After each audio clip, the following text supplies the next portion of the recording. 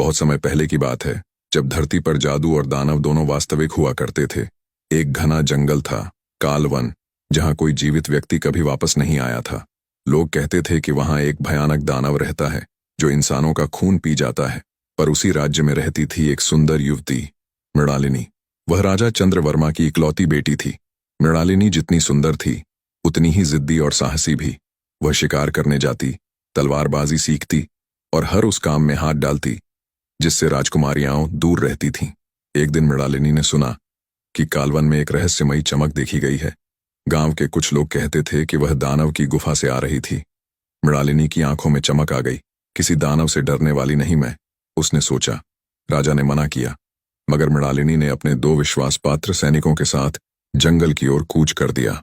जंगल की हवा में कुछ अजीब था, पेड़ों की सरसराहट में जैसे कोई फुसफुसाहट छिपी हो। अचानक एक भयानक चीख सुनाई दी। उसके 2 सैनिक डर के मारे भाग गए। मृणालिनी अकेली रह गई। उसके सामने एक विशालकाय परछाई उभरी, 7 फुट लंबा, जलते हुए नीले नेत्र, शरीर पर काले कांटों जैसी संरचना।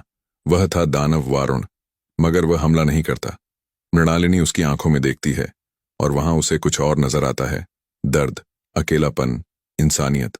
तू भाग क्यों नहीं रही? दानव गुर्राता है। क्योंकि तुमने मारा नहीं, मृणालिनी जवाब देती है। वारुण हतप्रभ था। वर्षों में पहली बार किसी ने उससे डर नहीं दिखाया। वारुण ने मृणालिनी को मारा नहीं, बल्कि वह उसे अपनी गुफा में ले गया, जहां चारों ओर दुर्लभ रत्न, प्राचीन पुस्तकें और एक बड़ा आईना था जो भविष्य दिखाता था। मृणालिनी को पता चला कि वारुण असल में एक श्रापित राजकुमार है। वर्षों पहले उसने एक तांत्रिक से लड़ाई की थी जिसने उसे दानव बना दिया। वह अब रात में दानव बनता था और दिन में एक सामान्य इंसान में तब्दील हो जाता था, पर गुफा से बाहर नहीं जा सकता था। मृणालिनी ने ठान लिया कि वह इस श्राप को तोड़ेगी, पर कैसे, किसी को नहीं पता। धीरे धीरे मृणालिनी और वारुण के बीच दोस्ती हुई। वारुण उसे गुफा की रहस्यमयी चीजें दिखाता, मृणालिनी उसे बाहर की दुनिया की कहानियां सुनाती। एक दिन बारिश की रात में जब बिजली कड़क रही थी, वारुण ने मृणालिनी की आंखों में देखा और कहा, तुम मेरी श्रापित दुनिया की पहली रोशनी हो। मृणालिनी का दिल धड़क उठा, मगर तभी एक झटका लगा। गुफा की दीवारें कांपीं और एक छाया उभरी, वही तांत्रिक महाशक्त जिसने वारुण को श्रापित किया था। तू श्राप से मुक्त नहीं हो सकता, वह बोला। अगर यह युवती तुझसे प्रेम करने लगी तो उसकी मृत्यु निश्चित है। अब मृणालिनी के सामने 2 रास्ते थे, या तो वह वारुण से दूर हो जाए जिससे वह जीवित रहे, या उसके साथ प्रेम करे और अपनी जान गंवाए।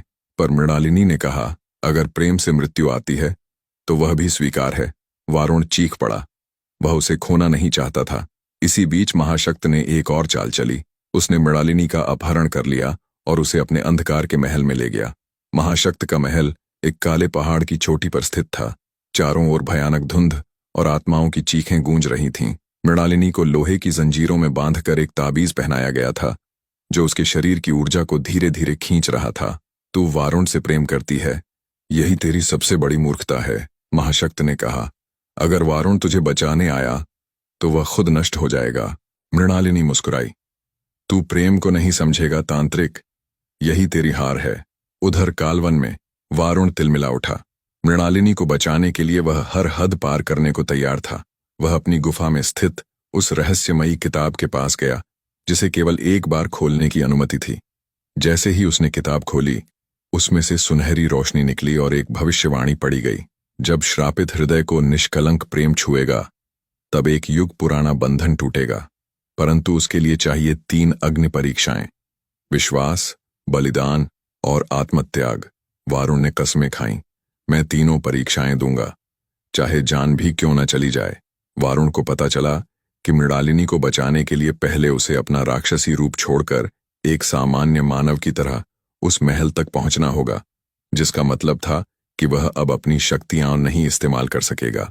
रास्ते में उसके सामने दानव शिकारी, आत्माएं और महाशक्त के रचे माया जाल आए, पर वारुण ने किसी पर हमला नहीं किया।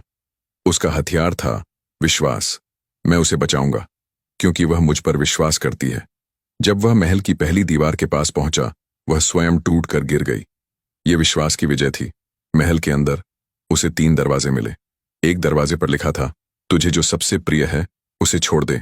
उस दरवाजे के पीछे एक आईना था और उस आईने में मृणालिनी खड़ी थी। मुझे बचाने के लिए तुम्हें अपनी गुफा, अपने ज्ञान, अपनी अमृता का बलिदान देना होगा, आईने की मृणालिनी बोली। वारुण कांप गया। वह गुफा ही उसकी पहचान थी, जहां उसने सदियों बिताए थे। मगर बिना सोचे उसने कहा, मृणालिनी ही मेरी पहचान है। आईना टूट गया। दूसरा द्वार खुला। बलिदान पूर्ण हुआ। अब अंतिम द्वार खुला, जहां मृणालिनी बेहोश पड़ी थी और सामने खड़ा था महाशक्त। अगर तू उसे जीवन देना चाहता है तो अपनी आत्मा मुझे दे, महाशक्त बोला। तू रहेगा नहीं, तेरा नाम तक भुला दिया जाएगा। वारुण ने एक पल को मृणालिनी की ओर देखा। उसके बालों में उलझी पत्तियां, होठों पर हल्की मुस्कान, और फिर बोले, ले ले मेरी आत्मा, पर उसे जीने दे। जैसे ही महाशक्त ने वारुण की आत्मा लेने के लिए मंत्र पढ़ा, एक जोरदार प्रकाश फैला। एक प्राचीन शक्ति जाग गई थी। वह थी मृणालिनी का प्रेम। जब वारुण का आत्मत्याग पूर्ण हुआ, तभी भविष्यवाणी का अंतिम वाक्य पूरा हुआ। जहां निष्कलंक प्रेम बलिदान बनता है, वहां कोई श्राप टिक नहीं सकता। महाशक्त की शक्तियां नष्ट हो गईं। वह एक धूल में मिल गया। मृणालिनी की आंखें खुलीं और उसने देखा, वारुण का शरीर धीरे धीरे विलीन हो रहा था। नहीं, तुमने वादा किया था कि हम साथ रहेंगे, उसने रोते हुए कहा। तभी एक आकाशवाणी हुई, प्रेम जहां सच्चा हो, वहां पुनर्जन्म निश्चित है। 500 वर्ष बीत चुके थे।